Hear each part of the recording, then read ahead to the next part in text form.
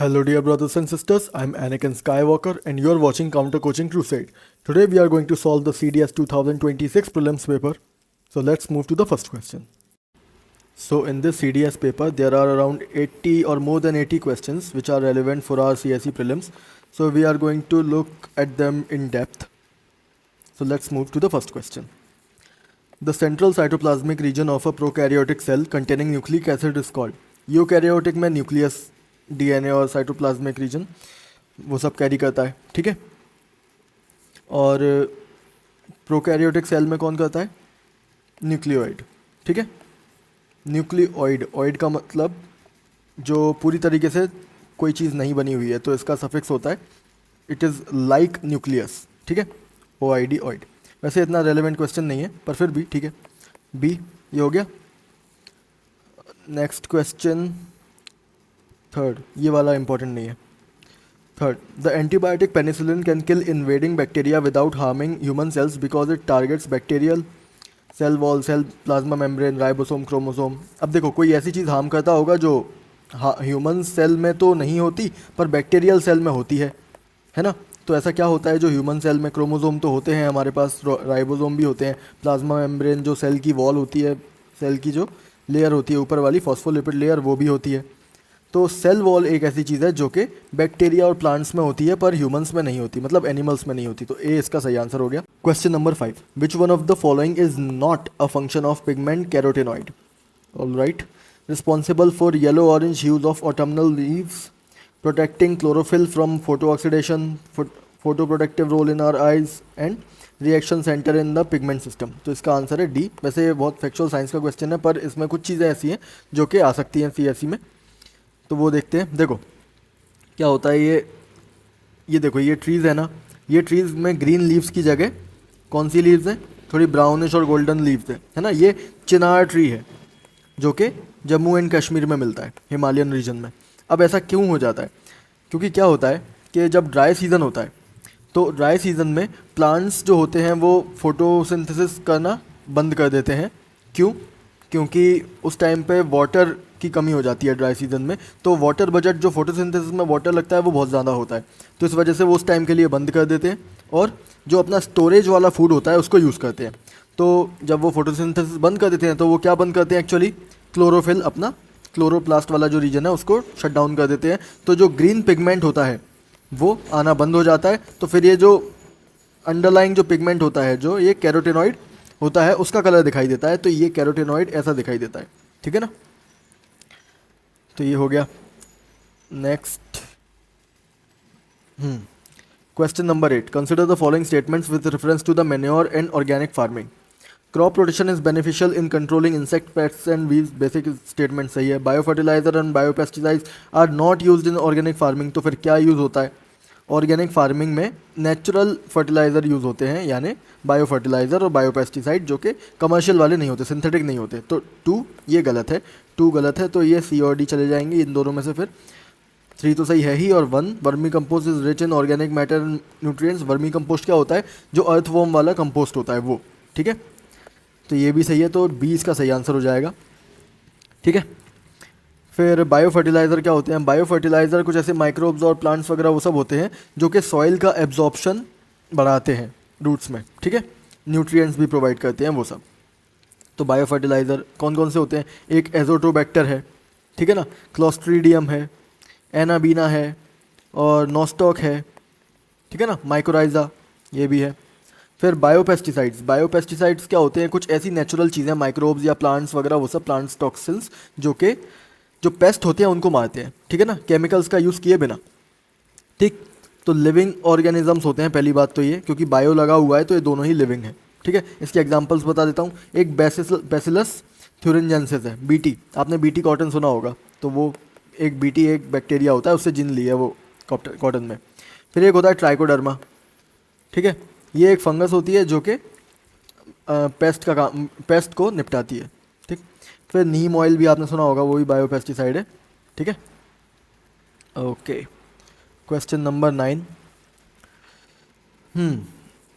तो maintenance of cell shape ये क्या है? और detoxification in cell, liver cell, cellular respiration. Cellular respiration कौन करता है? माइटोकॉन्ड्रिया। तो ए का 4 है, ठीक है, तो ये सी और डी हट जाएंगे, ठीक है।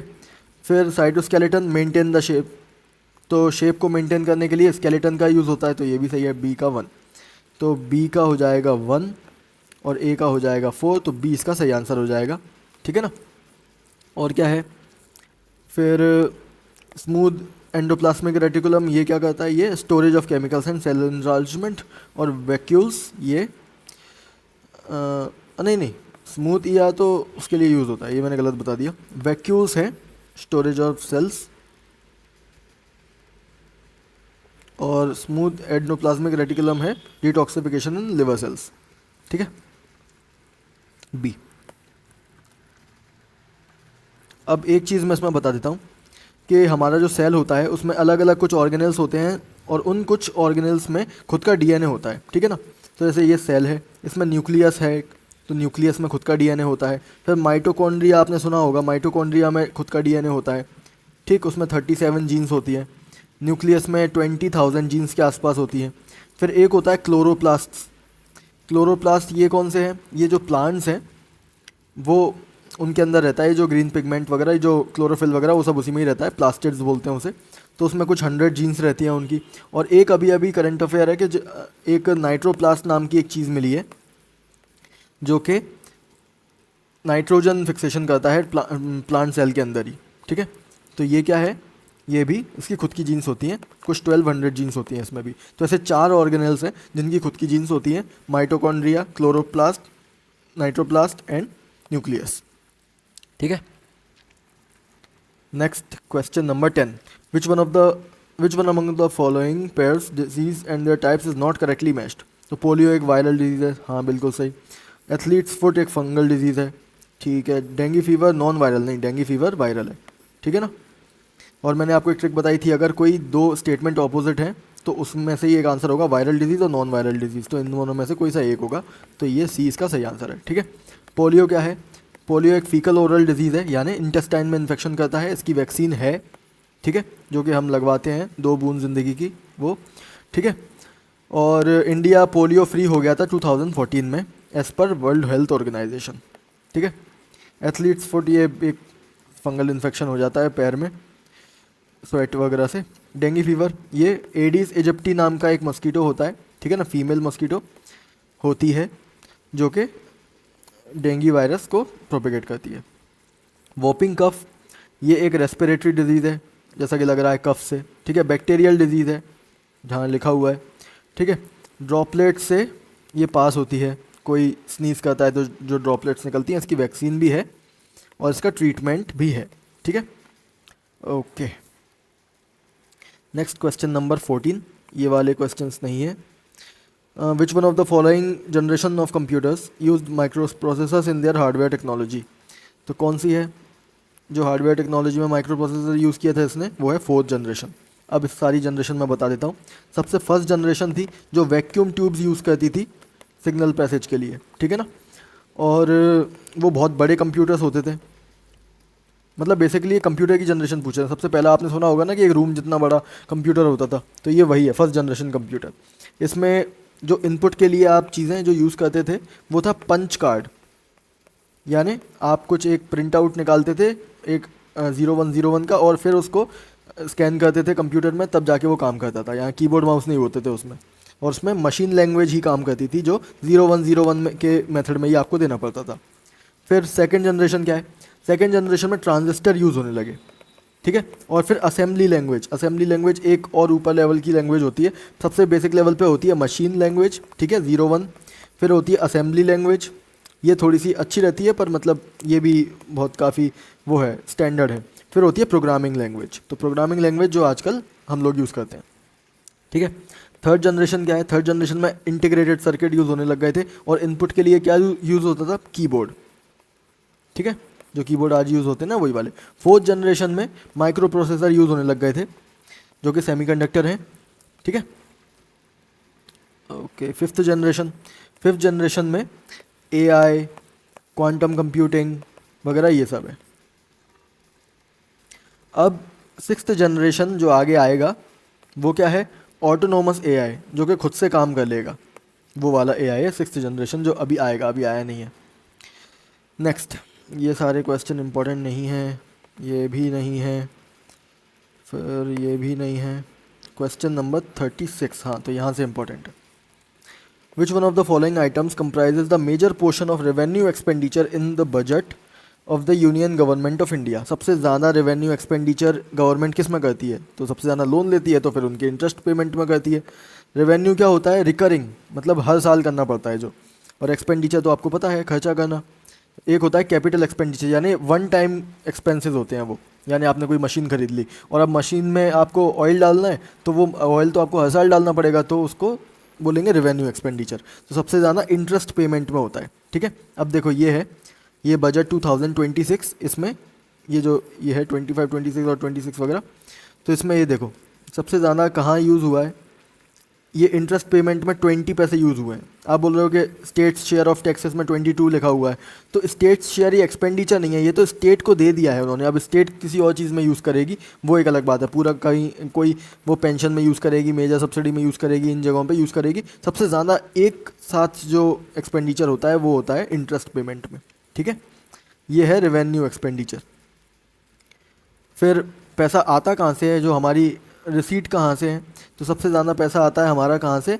बोरोइंग एंड अदर लाइबिलिटीज़, यानी हम जो लोन लेते हैं वहाँ से सबसे ज़्यादा पैसा आता है। तो ये हो गया, ठीक है।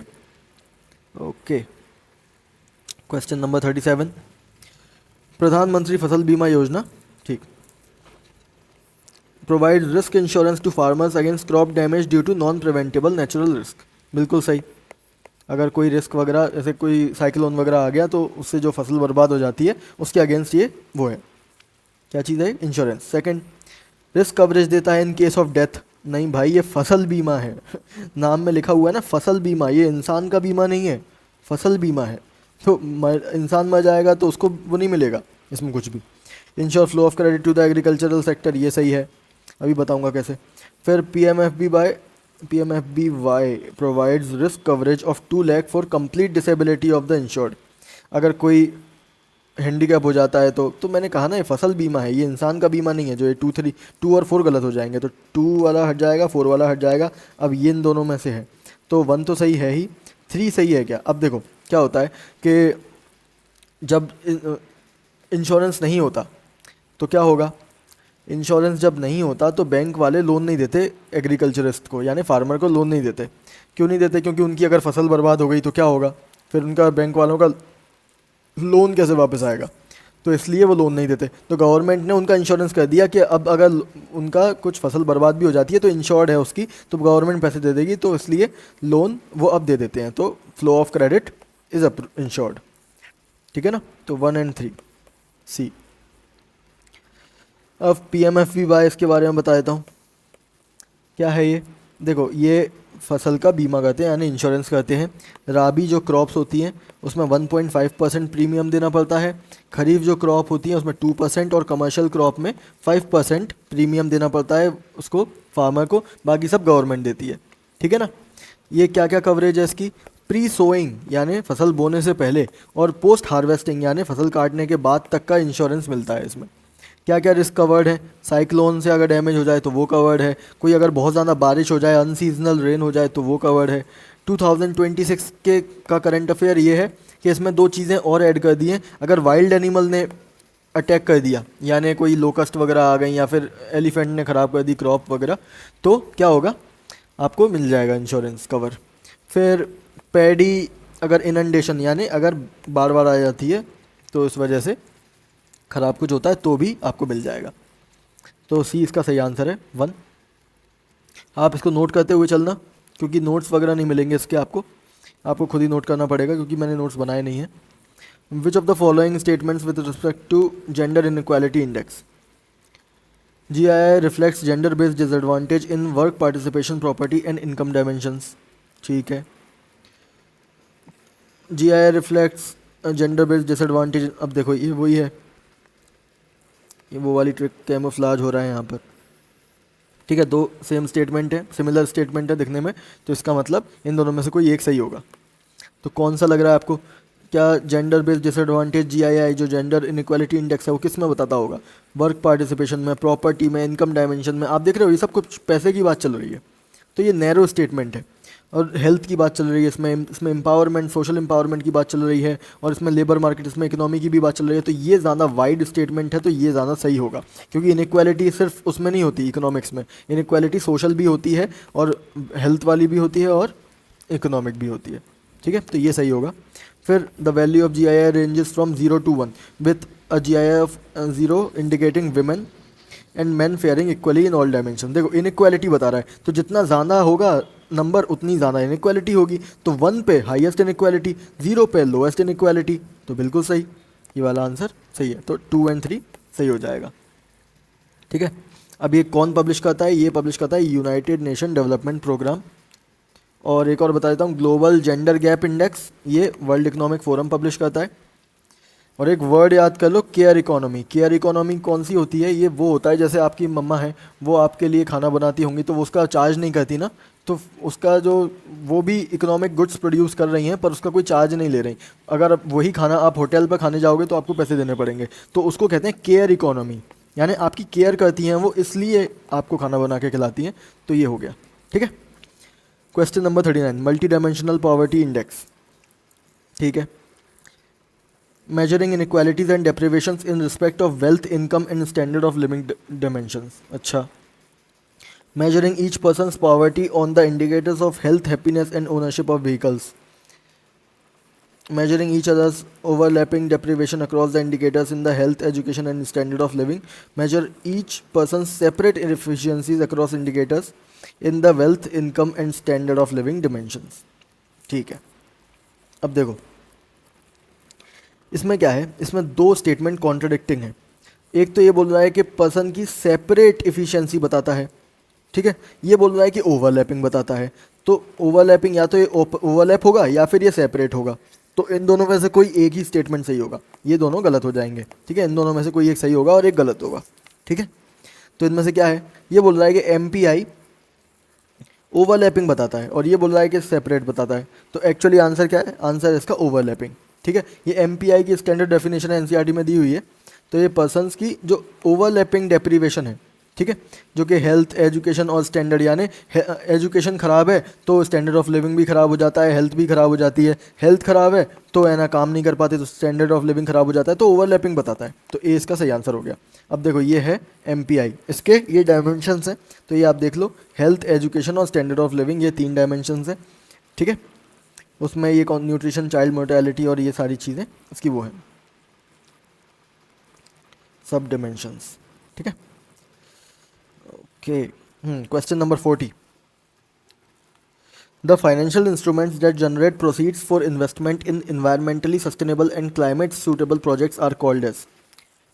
इन्वायरमेंटली सस्टेनेबल और क्लाइमेट सूटेबल प्रोजेक्ट्स, इनको क्या बोलते हैं? Green bond. सुना होगा आपने ग्रीन बॉन्ड। ठीक है, फिर सोशल इम्पैक्ट बॉन्ड क्या होते हैं? ये वो वाले बॉन्ड होते हैं जो कि तब आपको पैसे इसमें वापस दिए जाएंगे, यानी अगर आपने इनमें इन्वेस्ट किया तो तब आपको पैसे वापस मिलेंगे जब इनका जो ऑब्जेक्टिव है वो सक्सेसफुल हो गया, अगर नहीं हुआ तो फिर नहीं मिलेंगे पैसे वापस। ठीक है, तो ये सोशल इम्पैक्ट बॉन्ड है, ये गवर्नमेंट रिलीज़ करती है प्राइवेट से पैसे लेने के लिए किसी सोशल काम के लिए। क्लाइमेट क्रेडिट बॉन्ड्स, ये क्या होते हैं? वो आपने सुना होगा, climate credits article 6 of what, Paris agreement, जिसमें ट्रेडिंग, कार्बन क्रेडिट की ट्रेडिंग होती है। एक जो कार्बन क्रेडिट होता है वो 1 tonne of carbon dioxide green house emissions पर होता है और ये ट्रेडेबल है। ठीक, question number 41, which one of the following sectors is included in the list of sunrise sectors in India. Sunrise sector कौन से हैं? सनराइज सेक्टर वो होते हैं जो कि इमर्जिंग सेक्टर होते हैं, जिनमें इकोनॉमी बढ़ने के ज़्यादा चांसेस होते हैं। तो वो है हमारा मैन्युफैक्चरिंग सेक्टर, टेक्सटाइल और सर्विसेज। ये तीनों ही ओल्ड सेक्टर हैं।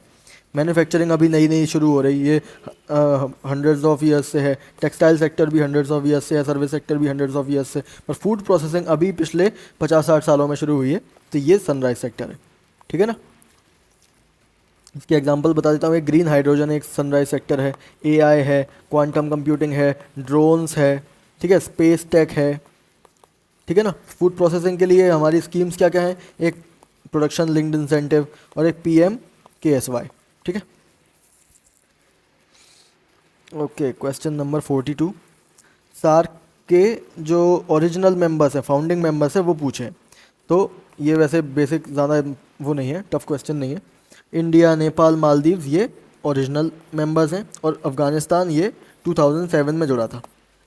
तो फाउंडिंग मेंबर्स 3 हैं, 1, 2 एंड 3, तो 20 का सही आंसर है। ठीक है। और सार्क के मेंबर्स कौन कौन से हैं? निमोनिक है, MBBS, पेन। ठीक है, तो ये आप याद कर लेना। इसमें क्या है? Maldives, Bhutan, Bangladesh, Sri Lanka, Pakistan, Afghanistan, India and Nepal. ठीक है। अब सार्क के बारे में कुछ चीज़ें, 8 मेंबर हैं, ओरिजिनली 7 थे, फिर अफ़गानिस्तान जुड़ गया। काठमांडू में इनका वो है हेडक्वार्टर, और ये इस्टेब्लिश किया गया था ढाका डिक्लेरेशन से। ठीक। Question number 43, the government of India has announced a 6-year mission for Atmanirbharta in pulses with a special focus to ensure 100% procurement at MSP of. अच्छा, तो ये बोल रहे हैं कि आत्मनिर्भरता के लिए पल्सेस में जो भी कोई भी अगर MSP पे सेल करना चाहेगा तो 100% खरीद लेगी गवर्नमेंट उसका। तो ये कौन सी 3 दालों पर है? तो उड़द, सोयाबीन, मसूर, मसूर, चना, तूर, मूंग, तूर, सोयाबीन। अब देखो एक चीज़ ये है कि इस टाइप के क्वेश्चन में अगर आपको नहीं पता, वैसे तो ये सिंपल वाला है, पर अगर आपको नहीं पता तो एक चीज़ याद रखना कि जो सबसे ज़्यादा रिपीट हो रहा है ना सभी ऑप्शन में, उसके चांसेस ज़्यादा हैं सही होने के। ठीक है, तो ये मसूर यहाँ पर भी है, मसूर यहाँ पर भी है, मसूर यहाँ पर भी है, इसका मतलब फाइनल आंसर में मसूर ज़रूर होगा। फिर देखो सोयाबीन यहाँ पर भी, अच्छा सोयाबीन नहीं, फिर देखो कौन सा, हाँ तूर यहाँ पर भी है, तूर यहाँ पर भी है, तूर यहाँ पर भी है, तो इसका मतलब ये भी होगा।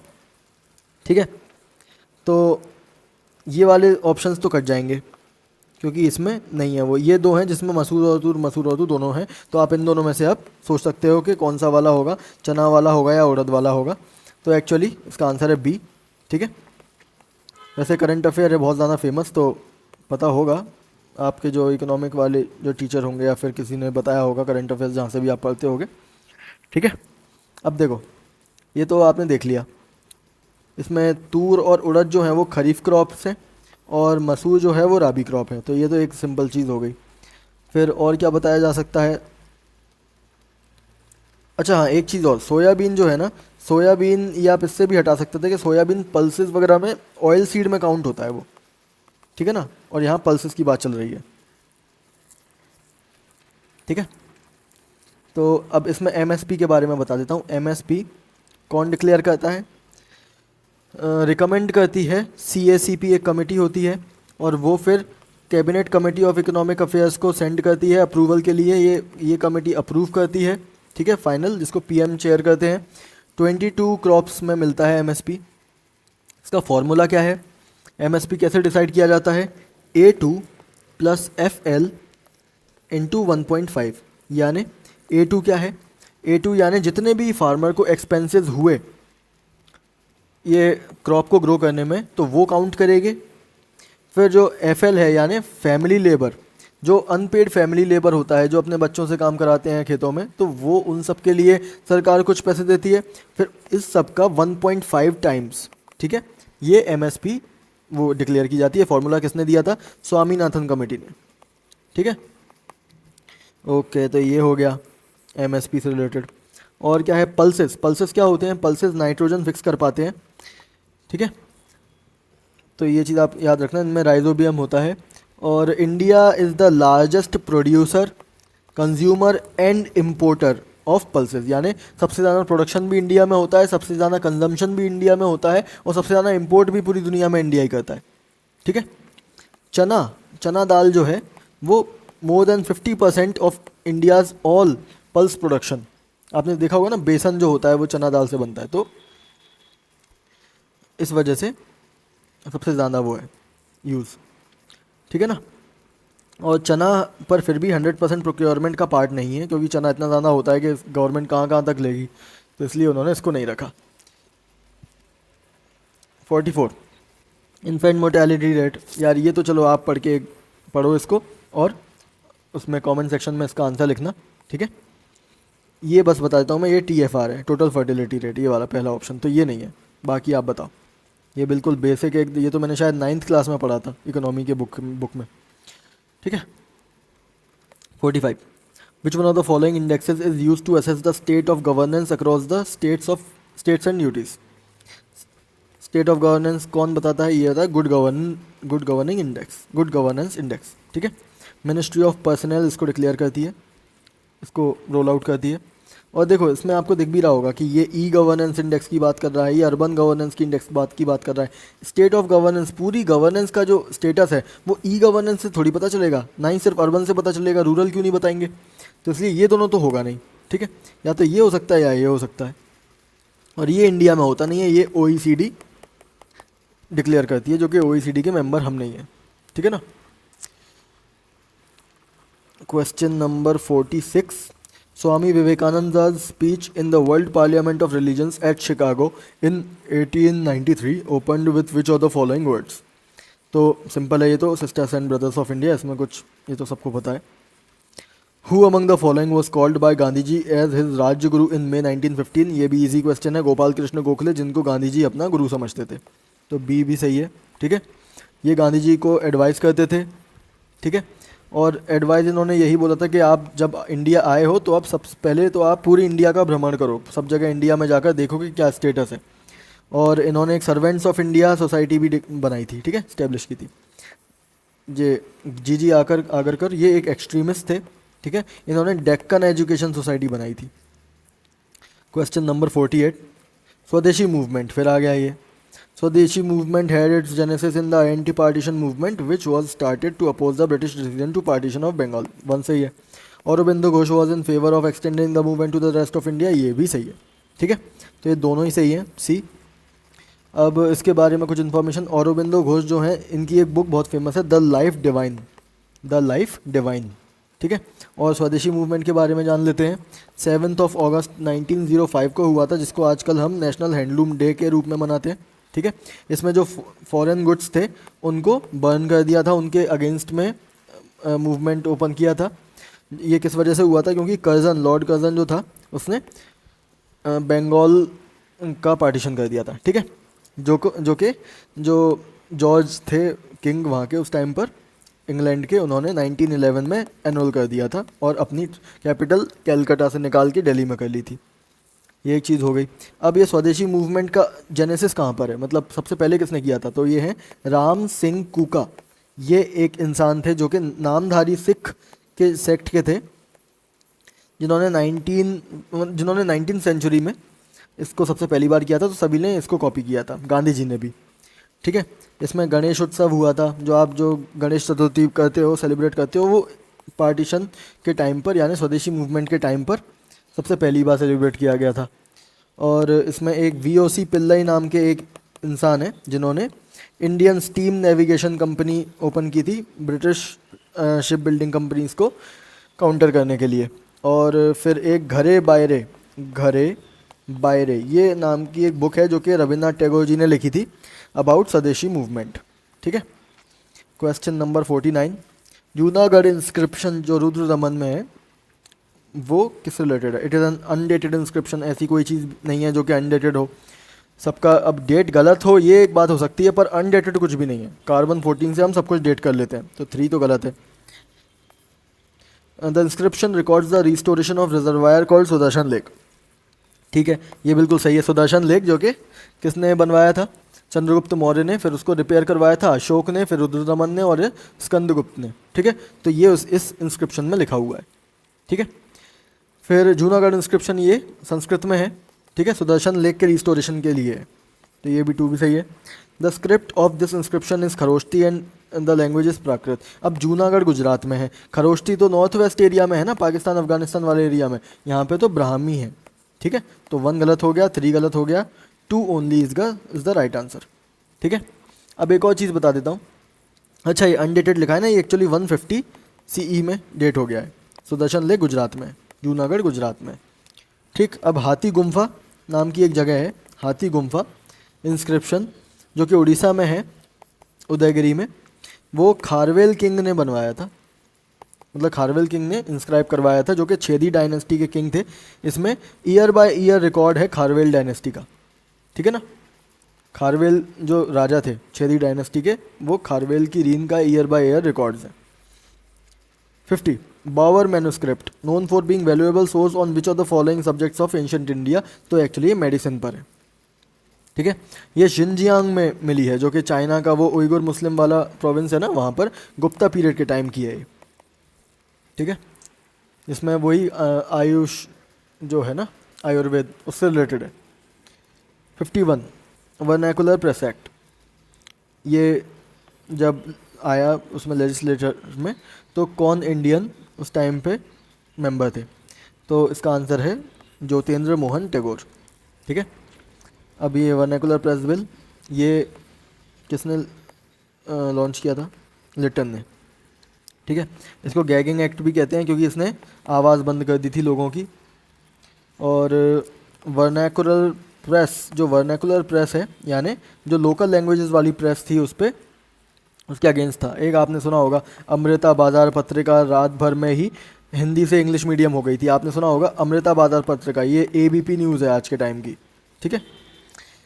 हाँ, दादा भाई नावरोजी ये मेंबर ऑफ पार्लियामेंट थे ब्रिटिश के हाउस ऑफ कॉमन्स के, लोअर हाउस के, तो ये भी एक अच्छी चीज़ है। 52 with reference to the Rani Gumpha cave, जो कि उड़ीसा में है, consider the following statement.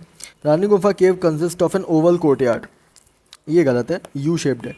Rani Gufa cave is 2 storeyed, ये ठीक है। Rani Gufa cave is plain and contains no murals, contains no murals, अरे भाई एक हाथ तो होगा, 1 गलत हो जाएगा। तो 1 CACD गया, 20 का सही आंसर है। ठीक है। रानी गुफा केव, इसमें क्या है? इसमें खारवेल की लाइफ के बारे में है। देखो मैंने आपको बताया ना, हाथी गुफा में उनके जो पॉलिटिकल एंडेवर्स हैं उनके बारे में है, और रानी गुफा केव में उनकी लाइफ के बारे में है। जैन केव है उड़ीसा में। 53 Mesolithic site of Begor is one of the most well documented sites. It is located in, कहाँ पर है बेगौर साइट? ये है राजस्थान में। ठीक है। इसमें एनिमल डोमेस्टिकेशन का सबसे पहला एविडेंस मिला है। ठीक है। 54 extensive pit dwellings have been identified at the 2 neolithic sites of. Pit dwelling कहाँ पर? एनसीईआरटी का क्वेश्चन है, बोजा होम में मिलता है, तो डी इसका सही आंसर हो गया। ठीक है। ये कहाँ पर है बोजा होम? जम्मू कश्मीर में। ठीक है ना, ये दोनों ही जम्मू कश्मीर में। फिर इसमें एक और चीज़ है कि पेट डॉग जो था वो मास्टर के साथ बरी किया गया है, तो इसलिए इसमें भी एनिमल डोमेस्टिकेशन के प्रूफ्स मिलते हैं। ठीक, ये चिरांड है, ये बिहार में है। और मस्की है, ये अशोका का नाम मिलता है, ये कर्नाटक में अशकी, वो मस्की, इसमें अशोका का नाम है अशोक। ठीक है, जो कि दिया गया है, नहीं तो बाकी जगह पे उनको प्रियदर्शी वगैरह इन सब नामों से बुलाया जाता है। उनका असली नाम जो अशोक है वो सिर्फ इसी जगह पे मिलता है, मस्की में, जो इंस्क्रिप्शन है। 55 the chalcolithic Ahar culture has been identified in which of the following river systems. जो आहार कल्चर है जो कि राजस्थान में है, वो कौन सी उसमें मिलता है? तो देखो, सरयू और गंगा ये फेमस रिवर्स हैं, कृष्णा तुंगभद्रा ये भी फेमस रिवर्स है, ब्रह्मपुत्र मेघना ये भी फेमस है, बनास और बेराच ये रिवर सिस्टम ये फेमस नहीं है, तो ये ऑड वन आउट यूज़ कर सकते हो इसमें आप। ठीक है, तो सी इसका सही आंसर हो गया। Question number 56 which one of the following is Neolithic site. इनमें से नियोलिथिक कौन सी है? तो अब या तो आपको याद होगा या नहीं होगा, तो इसमें उतनूर नियोलिथिक है। ठीक है, ये कौन सी है? ये पैलियो और मीज़ो है, भीमबेटका एमपी में। ठीक है, और वाकनकर जी ने इसको किया था डिस्कवर। उतनूर ये तेलंगाना में है, आदमगढ़ एमपी में है मीज़ोलिथिक साइट, और बीरभानपुर मीज़ोलिथिक साइट है वेस्ट बंगाल में। ठीक है। 57 During the period 100 BCE to 200 CE, valuable evidence of India's maritime trade links has been identified from which of the following sites of Coromandel coast? सबसे आसान क्वेश्चन एनसीईआरटी में दिया हुआ है, बहुत बार बात की हुई है एनसीईआरटी में। जो नई वाली एनसीईआरटी है, आपने देखा होगा अरिकामेडु बार बार उसमें आता है। तो अरिकामेडु क्या है? अरिकामेडु में बहुत सारे रोमन कॉइन्स वगैरह वो सब मिले हैं, जो कि पुदुचेरी में है एक जगह। तो ये इसका सही आंसर है, जिसमें बहुत सारा ट्रेड का एविडेंस मिलता है। ठीक है। ताम्रलिप्ति ये एक पोर्ट है वेस्ट बंगाल में। ये भरूकच्छ ये भरूच या फिर बैरीगाजा, जो कि गुजरात में एक जगह है, उसको बोलते हैं बैरीगाजा, भरूच और भरूकच्छा, ये एक ही जगह है। मुचीरी ये चेरा का एक पोर्ट था केरला में। ठीक है, अब ये देखो, ये इंडिया का मैप है, ये है मालाबार, मालाबार कोस्ट, और ये है कोरोमंडल कोस्ट। ये याद रखना, ये कोरोमंडल है और ये मलाबार है। ठीक है। अरिकामेडु रोमन कॉइन्स मिले हैं, बहुत ज़्यादा ही मिले हैं। Consider the following statement about the Gupta administrative system. क्या है भैया? गुप्ता किंग्स ने इंपीरियल टाइटल्स लिए, किस राजा ने नहीं लिए बताओ मुझे? सबने तो लिए, तो वन तो सही है।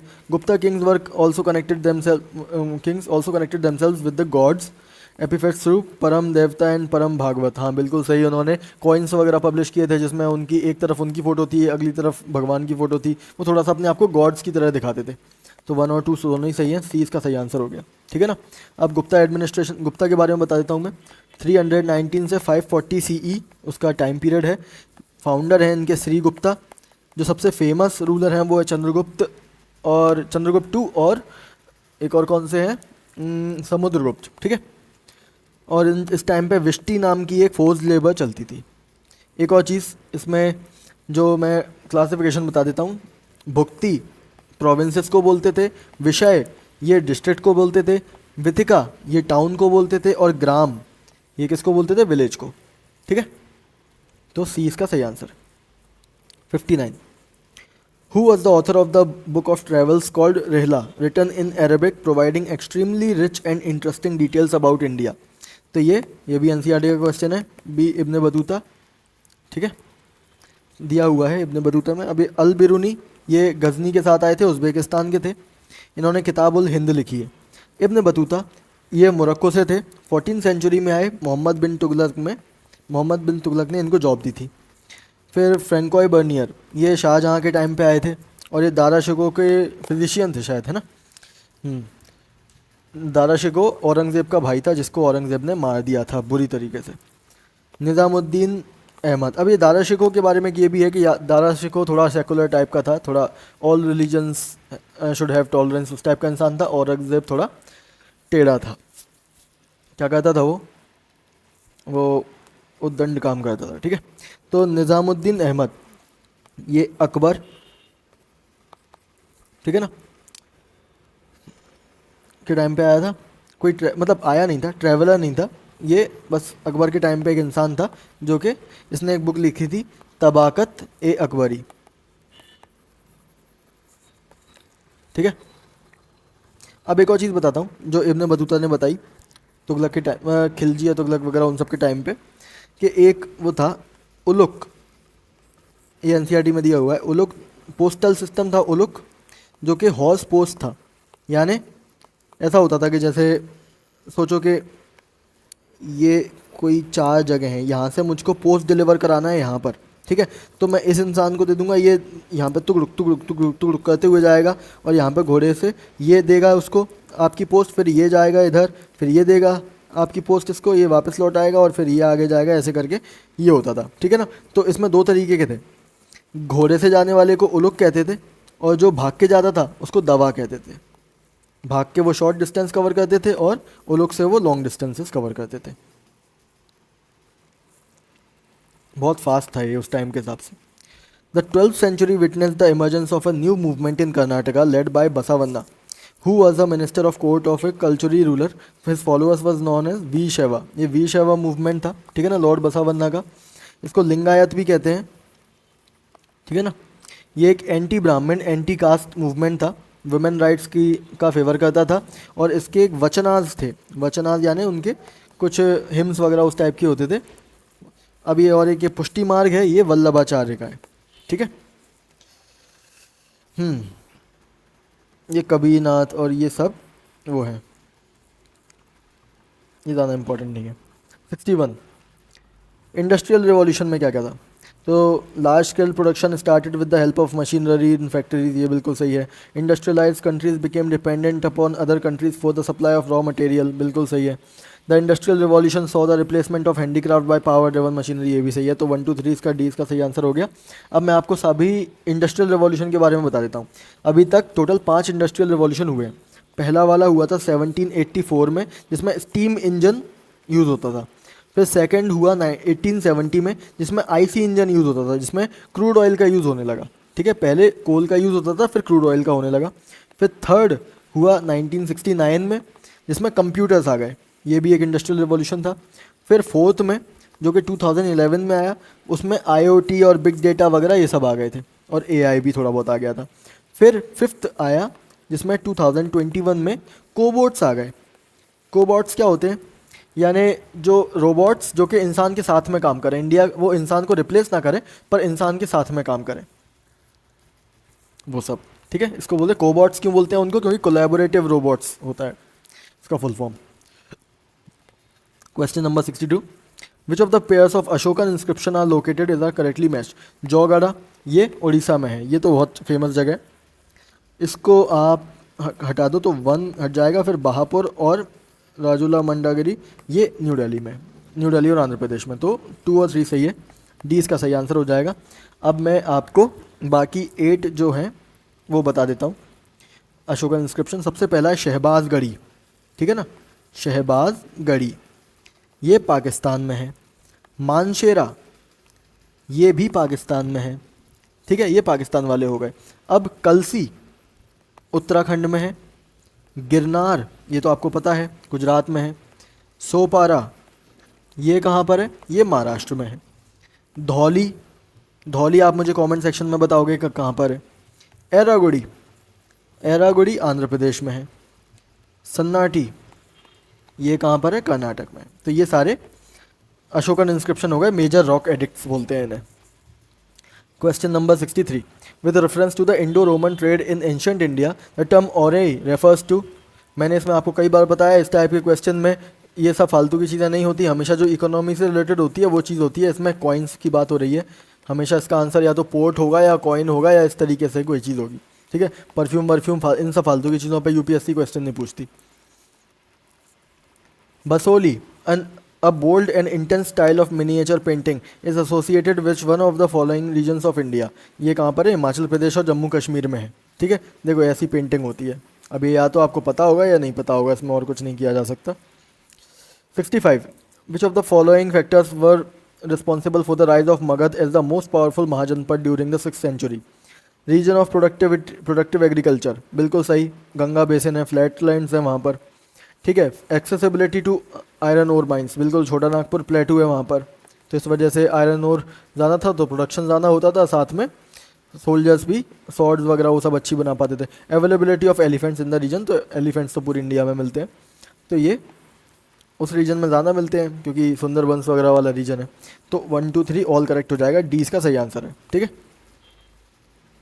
66, विच of the following pairs of theories about origin of earth. अब अर्थ कैसे बना, इसकी 3 थ्योरीज इसमें दी हुई हैं, उनमें से अब अपन बात करते हैं उसमें। गैशियस हाइपोथेसिस ये इमैनुअल कांत ने दी थी, वही जिसने वो दिए थे एथिक्स के लॉज वगैरह दिए थे, कैटेगोरिकल इम्पेरेटिव्स, उसने ये भी दिया था गैशियस हाइपोथेसिस। क्या बोला उसने कि एक गैशियस क्लाउड था, वो बहुत तेज़ से रोटेट कर रहा था, तो उसका जो डेंस मटेरियल था वो बीच में आ गया, ऐसे करके बीच में बढ़ता गया और कई सारे प्लैनेट्स बन गए। तो ये गैशियस हाइपोथेसिस जो कि लेटर लाप्लास ने इसको कुछ रिफॉर्म करके, कुछ थोड़ा सा रिवीजन करके इसको नेबुलर हाइपोथेसिस में डिक्लेयर कर दिया, नेबुलर हाइपोथेसिस, जो कि आजकल एक्सेप्टेड है। ठीक है, तो ये एक्चुअली ओरिजिनली कांत ने दी थी। नेबुला क्या होता है? गैशियस क्लाउड, ठीक है ना, जो स्पेस में जो गैशियस क्लाउड होता है, अपने मिल्की वे गैलेक्सी वगैरह में वो कलरफुल क्लाउड्स देखे होंगे, वो सब। अब बाइनरी स्टार हाइपोथेसिस ये क्या है? ये बोलते हैं कि सोलर सिस्टम में पहले एक स्टार नहीं था, सिर्फ 2 स्टार थे। ठीक है, 2 स्टार थे, तो एक बहुत बड़ा स्टार था जो कि इसके पास से निकला, तो ये दूसरा स्टार टूट गया और टूट के बिखर गया, और वो उसके जो वो पार्टिकल्स टूट के बिखरे, उससे प्लैनेट्स बन गए। तो ये बाइनरी स्टार हाइपोथेसिस है, ये रसल ने दी है। फिर प्लैनेटसिमल हाइपोथेसिस ये क्या है? ये है कि हमारा जो सूरज था उसके पास से एक बहुत बड़ा स्टार एक बार निकला, तो उसका सूरज का जो कुछ पार्ट था वो खिंच गया, यानी सूरज इसकी जगह वो ऐसा कुछ हो गया, ऐसा बन गया, ये पार्ट निकल आया और ये पार्ट फिर टूट गया, तो इस पार्ट में से प्लैनेट्स बन गए। ठीक है, तो जो सन था वो ऐसा था, फिर देखो ऐसा था, पहले वो ऐसा था, पार्ट उससे निकला तो ये ऐसा हो गया, ठीक है ना, फिर टूट गया तो ये छोटा हो गया सन, और यहाँ पे कई सारे, इनसे फिर कई सारे प्लैनेट्स बन गए। तो ये है, तो इसका आंसर डी 1 2 3 है, चैम्बरलेन ने दिया। ठीक है, क्वेश्चन नंबर 67, इग्नियस रॉक। अब चलो जियोग्राफी क्वेश्चन आ गए, तो कंसेप्चुअल क्लैरिटी की ज़रूरत होगी हमें, तो आप थोड़ा ध्यान देना। अभी तक क्या ना, ये यूपीएससी के अलावा जो पेपर होते हैं ना, उसमें थोड़े फैक्चुअल क्वेश्चन ज़्यादा आते हैं, तो उसमें ज़्यादा टाइम नहीं लगता, पर ये वाले जो क्वेश्चन है, जो कॉन्सेप्ट वाले आते हैं, इसमें मुझे अब समझाने में थोड़ा टाइम लगेगा, तो ध्यान रखना। देखो इग्नियस रॉक पहली बात तो होता क्या है, जो कि लावा से बनता है, लावा या मैग्मा। लावा और मैग्मा में क्या डिफरेंस है, अगर वॉल्केनो के अंदर है वो चीज़ तो उसे मैग्मा कहते हैं, अगर वो बाहर आ गई तो उसको लावा कहते हैं, ठीक है ना।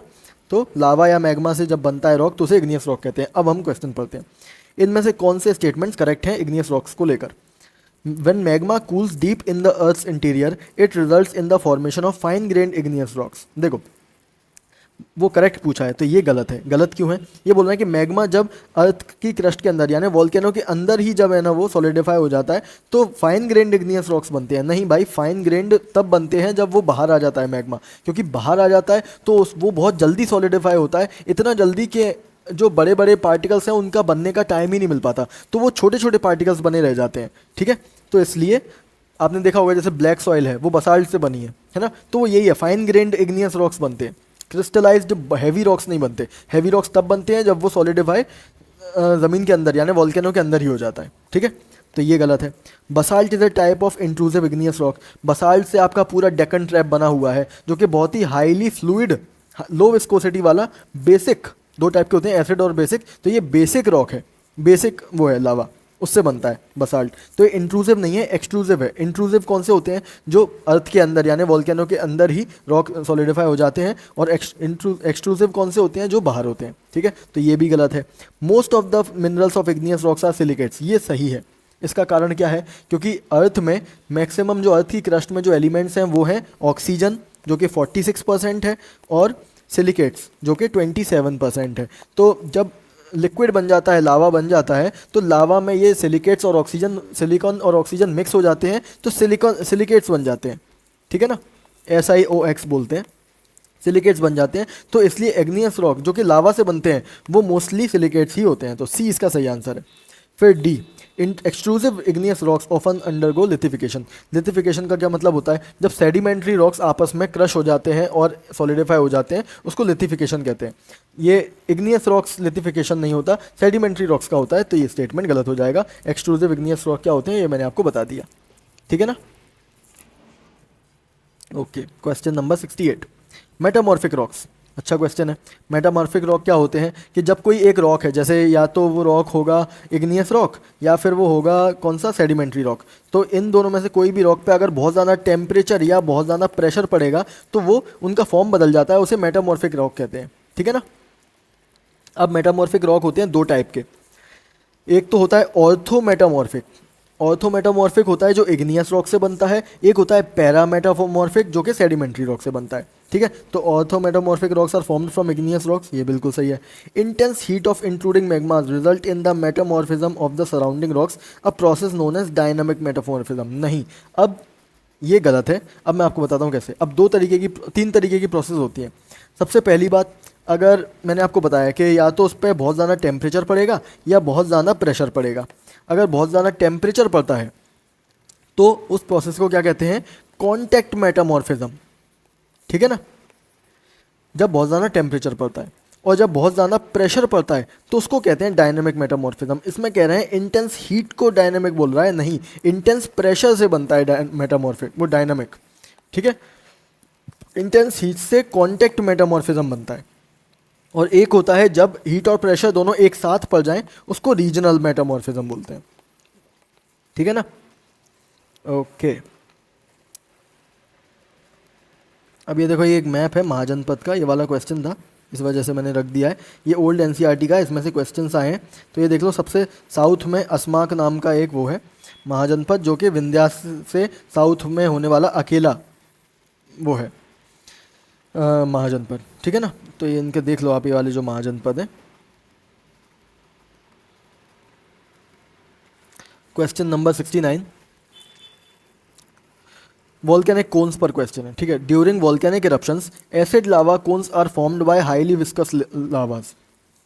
Acid lava cones are caused by highly viscous lavas. देखो, एक चीज़ ध्यान रखना, जो बेसिक होता है, दो तरीके के लावा होते हैं, एक होता है एसिड लावा, ठीक है ना, एसिडिक होता है, और एक होता है बेसिक, ठीक है। अब एसिडिक जो होता है उसमें क्या चीज़ है, वो बहुत ज़्यादा ही विस्कस होता है, बहुत ज़्यादा, मतलब क्या बोलते हैं, थिक होता है, गाढ़ा होता है, ठीक है। तो जो एसिड लावा होता है वो ज़्यादा दूर नहीं जा पाता, तो उससे बहुत ऊंचा वॉल्केनो बनता है, बहुत हाई वॉल्केनो बनता है, और वो बहुत बड़ा भी होता है। ठीक है, तो एसिड लावा जो होता है वो हाईली विस्कस होता है। ठीक है, तो ये सही है। ठीक है ना, मैंने ये बता दिया। फिर viscous lavas have high mobility and can travel for long distance. अरे भाई, जो थिक होता है, थिक लिक्विड होता है, वो कैसे दूर तक जा पाएगा? ठीक है, दूर तक तो बसाल्ट गया, बसाल्ट बेसिक लावा है जो कि बहुत लो विस्कोसिटी वाला है, तो वो एमपी तक भी चला गया, वो केरला तक भी चला गया, वो बहुत दूर तक। तो ड्रैगन ट्रैप्स कितने बड़े हैं हमारे इंडिया में? ये इतने, ये इंडिया है तो इतने एरिया में ड्रैगन ट्रैप्स हैं, जबकि ये यहाँ पर वेस्टर्न घाट्स हैं, और ये पूरे इतने एरिया में फैला हुआ है ड्रैगन ट्रैप्स। तो वो बेसिक लावा था, बसाल्ट वाला, इसलिए इतनी दूर तक जा पाया। विस्कस लावा ज़्यादा दूर तक नहीं जा पाते, और वो वहीं पर इकट्ठे हो जाते हैं, इसलिए बहुत ऊंचा वॉल्केनो बन जाता है। ठीक है, तो ये 2 गलत हो गया। जैसे ही 2 गलत हुआ, आप इसको हटा दो, इसको हटा दो, इसको हटा दो, सी इसका सही आंसर हो गया। Acid lava result in the formation of high cones with steep slopes. अच्छा, एसिड लावा, ये मैं आपको बता चुका हूँ, एसिड लावा है जो कि हाई कोन और स्टीप स्लोप्स बनाता है, बहुत ऊंचे बनाता है। ठीक है, composite cones are the highest volcanic cones. अब कंपोजिट वॉल्केनो कौन से होते हैं? कंपोजिट वॉल्केनो होते हैं जिसमें एक तो जो हाईली विस्कस लावा होता है, ठीक है ना, प्लस उसमें ऐश भी होती है। ऐश तो फ्लो करती नहीं है ज़्यादा देर तक, क्योंकि वो सॉलिड होती है। फिर पायरोक्लास्टिक मटेरियल, ये भी सॉलिड होता है, ये भी ज़्यादा फ्लो नहीं करता। तो जो ज़्यादा फ्लो नहीं करता वो बहुत ऊंचा वो बना देता है वॉल्केनो। ठीक है ना, इसलिए highest volcano cones composite volcano बनाता है। तो इसका आंसर है 134C। Question number 70, mechanical weathering. Weathering क्या होता है? वेदरिंग का मतलब होता है break down of rocks. Mechanical weathering क्या होता है? मैकेनिकल वेदरिंग यानी physical break down of rocks. यानी वेदरिंग 3 टाइप्स के होते हैं, एक तो केमिकल, एक मैकेनिकल और एक बायोकेमिकल। ठीक है, तो मैकेनिकल वाला होता है जैसे जो खुद से मतलब फिजिकल फोर्सेस से टूट जाता है। ठीक है, तो अब इसके बारे में क्वेश्चन है। More compact and highly consolidated rocks are least affected by freeze thaw weathering. ठीक है, shattering of rocks is more common in hot deserts. अच्छा, ये भी ठीक है।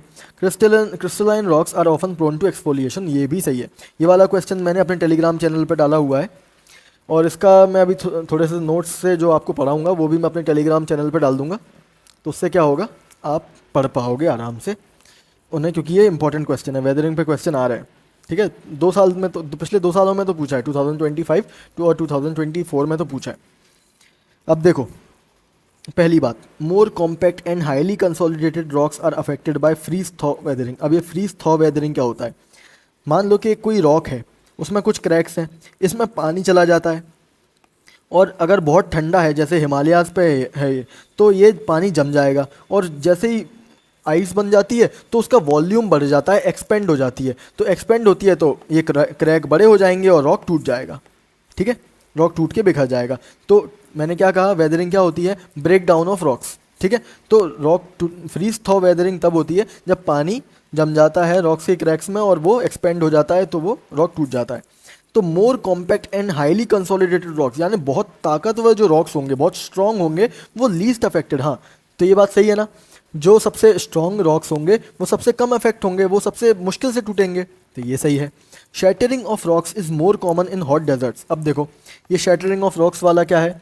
इसको बोलते हैं थर्मल एक्सपेंशन। अब देखो, डेजर्ट में क्या होता है कि जैसे कैसे समझाएं इसको?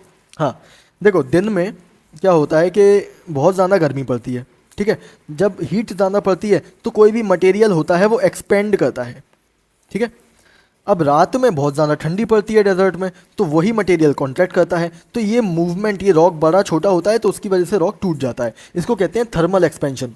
ठीक है ना, फ्रीज थॉ वेदरिंग हमने देख ली। ये मैकेनिकल वेदरिंग के टाइप्स बता रहा हूँ। फ्रीज थॉ वेदरिंग एक टाइप है, फिर थर्मल एक्सपेंशन दूसरा टाइप है जो कि डेजर्ट में होता है। फ्रीज थॉ ये कहाँ पर होता है? कोल्ड वाली जगहों पे। और डेजर्ट में, ये डेजर्ट में, हॉट डेजर्ट में कौन सा होता है? ये वाला थर्मल एक्सपेंशन। ठीक है, तो ये भी सही है। रॉक्स शैटर हो जाते हैं हॉट डेजर्ट में। Crystalline rocks are often prone to exfoliation. अब क्रिस्टलाइन रॉक्स क्या होते हैं? यानी जो पावरफुल रॉक्स होते हैं, स्ट्रॉन्ग रॉक्स होते हैं, जो कि कंपोजिशन उनका सेम रहता है। यानी वो ऐसे नहीं होते कि कुछ थोड़ा बहुत रॉक्स, वीक वाला सेडिमेंट्री रॉक्स जिसमें पोर्स वगैरह होते हो, इसमें कोई पोर्स नहीं होते, बिल्कुल सॉलिड रॉक होता है जैसे ग्रेनाइट, मार्बल वगैरह, उस टाइप का। तो ये क्रिस्टलाइन रॉक्स होते हैं। ये बोल रहे हैं कि एक्सफोलिएशन, एक्सफोलिएशन यानी ऊपर की जो लेयर होती है वो टूट जाती है अलग से, और बाकी नहीं टूटता। ठीक है, तो ये उसके लिए होता है, वो ये बोल रहे हैं। तो ठीक है, देखो क्या होता है कि अगर ये एक रॉक है, क्रिस्टलाइन रॉक, ये क्या रहता है, हीट बहुत कम कंडक्ट करता है। ठीक है, तो इसकी ऊपर वाली जो लेयर होती है वो बहुत ज़्यादा गर्म हो जाती है और नीचे हीट जा नहीं पाती, तो ऊपर वाली लेयर टूट जाती है। ठीक है, ऊपर वाली लेयर टूट जाती है, तो ऐसा लगता है जैसे ऊपर की लेयर टूट गई, तो एक्सफोलिएशन यानी ऊपर की स्किन चली जाती है। तो ये तीनों ही सही आंसर हैं, 1 2 3। अब देखो, वेदरिंग में आपको पूरा पढ़ा देता हूँ एक बार। Weathering, break down of rocks, mechanical weathering होती है एक केमिकल वेदरिंग होती है, और एक बायोकेमिकल वेदरिंग होती है। ठीक है, अब क्या है, मैकेनिकल वेदरिंग में फिजिकल ब्रेकडाउन होता है, ये कहाँ पर होती है, डेजर्ट में और कोल्ड माउंटेन्स वाले एरिया में। ठीक है, 4 तरीके की होती है। फ्रीज थॉ मैं आपको बता चुका हूँ, थर्मल एक्सपेंशन बता चुका हूँ, एक्सफोलिएशन बता चुका हूँ। एक लास्ट बचा है सॉल्ट वेदरिंग। सॉल्ट वेदरिंग में क्या होता है, सेलाइन वाटर जो होता है वो रॉक्स के पोर्स में चला जाता है, और वो पानी तो इवेपोरेट हो जाता है पर सॉल्ट को छोड़ देता है, और फिर सॉल्ट एक्सपेंड हो जाता है गर्मी से और वो रॉक को तोड़ देता है। तो ये हो गया। अब ये मैकेनिकल वेदरिंग हो गई। अब आती है केमिकल वेदरिंग, यानी ये केमिकल रिएक्शन होते हैं इसमें। तो इसमें क्या होता है, डिकम्पोज हो जाता है रॉक केमिकल रिएक्शन की वजह से। ये कहाँ पर होता है, ये ट्रॉपिकल एरियाज़ में होता है जहाँ पर बारिश ज़्यादा होती है। ठीक है, तो मोस्टली पानी और ऑक्सीजन, वाटर और ऑक्सीजन की वजह से होता है। इसमें 5 तरीके के होते हैं। एक तो पहली बात सॉल्यूशन, यानी पानी गिरता है रॉक पे और रॉक कुछ इस मटेरियल का बना हुआ है जो कि पानी में घुल जाता है, पानी में डिजोल्व हो जाता है, तो वो रॉक डिजोल्व हो जाता है और टूट जाता है। ठीक है, तो ये एक तरीका हो गया। कार्बोनेशन, ये PYQ 2024 है। इसमें क्या होता है कि रेन वाटर में कार्बन डाइऑक्साइड, जो एटमॉस्फेरिक कार्बन डाइऑक्साइड है, वो रेन का पानी नीचे आता है तो वो CO2 मिल जाती है और क्या बना देती है, कार्बोनिक एसिड। अब एक कार्बोनिक एसिड ये पड़ता है रॉक के ऊपर, और अगर रॉक का मटेरियल अगर उस टाइप का है तो कैल्शियम कार्बोनेट जैसे एक एग्जांपल है, उस पर अगर ये कार्बोनिक एसिड गिर जाए तो ये उसको डिसॉल्व कर देती है। ठीक है, तो कैल्शियम कार्बोनेट रॉक्स का एग्जांपल क्या है, लाइमस्टोन और चौक 2025 का प्रीलिम्स का वो है PYQ। फिर इससे क्या बनता है, इससे कास्ट टोपोग्राफी बनती है जिसमें अंडरग्राउंड केव्स और सिंक होल्स वगैरह वो सब बन जाते हैं। जहाँ जहाँ भी पानी गिरता है, जहाँ जहाँ पानी इकट्ठा हो जाता है, वहाँ वहाँ पे वो डिसॉल्व कर देता है और कुआं खुद जाता है। ठीक है, तो कार्बोनेशन। फिर आता है ऑक्सीडेशन। ये क्या होता है, सिंपल रस्टिंग हो जाती है, यानी अगर कोई एक ऐसा रॉक है जिसमें आयरन है, ठीक है, तो ऑक्सीजन उससे डिकम्पोज कर देती है, रस्टिंग यानी जंग लग जाती है उस जगह पे। ठीक है, तो उससे वो टूट जाता है, तो ऑक्सीडेशन ये हो गया। रिडक्शन क्या है, रिडक्शन ये है कि अगर कोई एक रॉक है उसके ऊपर पानी आ रखा हुआ है, ठीक है, पानी के अंदर है वो रॉक, तो वो रॉक के अंदर की ऑक्सीजन पानी चुरा लेगा और रॉक की स्टेबिलिटी खत्म हो जाएगी और वो रॉक टूट जाएगा। तो ये होता है रिडक्शन। हाइड्रेशन क्या है, हाइड्रेशन ये है कि कोई मिनरल है, ठीक है, उसके ऊपर पानी गिरा तो पानी उसने एब्जॉर्ब कर लिया और कुछ और ही मटेरियल बन गया। यानी अगर कैल्शियम सल्फेट है उसके ऊपर पानी गिराते हो तो जिप्सम बन जाता है। ठीक है, तो ये भी एक तरीका है। तो ये हो गया क्या, केमिकल वेदरिंग। अब है बायोकेमिकल वेदरिंग। बायोकेमिकल वेदरिंग क्या है, अब ये प्लांट्स, लाइकन्स वगैरह ये सब होते हैं, ये ऑर्गेनिक एसिड रिलीज करते हैं, इसको बोलते हैं ह्यूमिक एसिड। और ये ह्यूमिक एसिड रहता है वो पत्थर को डिकम्पोज कर देता है, डिजोल्व कर देता है। तो ये हो गई बायोकेमिकल वेदरिंग। तो यानी आपने पूरा का पूरा अब वेदरिंग पढ़ लिया है। ठीक है, अब इस टॉपिक से कुछ आया तो नहीं जाएगा, इसके नोट्स मैं उसमें दे दूंगा अपने टेलीग्राम चैनल पे, आप सर्च कर लेना @COUNTER counter COACH count @counter coach, ये मेरा टेलीग्राम चैनल है, इस पे नोट्स वगैरह वो सब मिल जाते हैं। ठीक है, इसमें मैंने टाइम ट्रैवल नोट्स भी डाल रखे हैं, आपने अभी देखे हो तो इसरो और किसका डाला है, और डाला है मैंने कोल का। ठीक है, तो वो बहुत इंपॉर्टेंट है, उससे 1000 क्वेश्चन आते हैं कोल वाले से। अब अच्छा चलो ठीक है, 70 क्वेश्चन तक हो गया हमारा, इस वीडियो को अब यहीं तक रखते हैं।